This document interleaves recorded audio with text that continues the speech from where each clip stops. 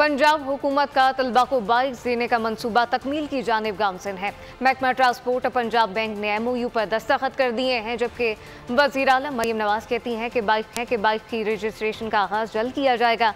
वक्त की बचत और सफ़र में आसानी तलबा की तालीमी सदात कार में बेहतरी का सबब बनेगा।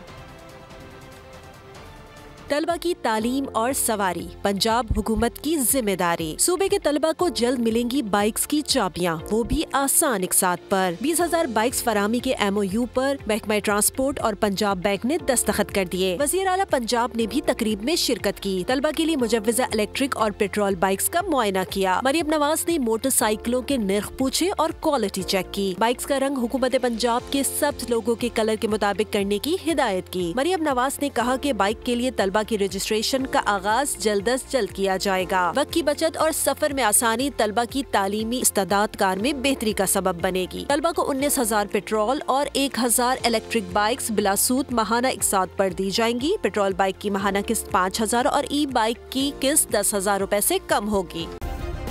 सब्सक्राइब करें और बेल दबाएं ताकि कोई खबर रह न जाए।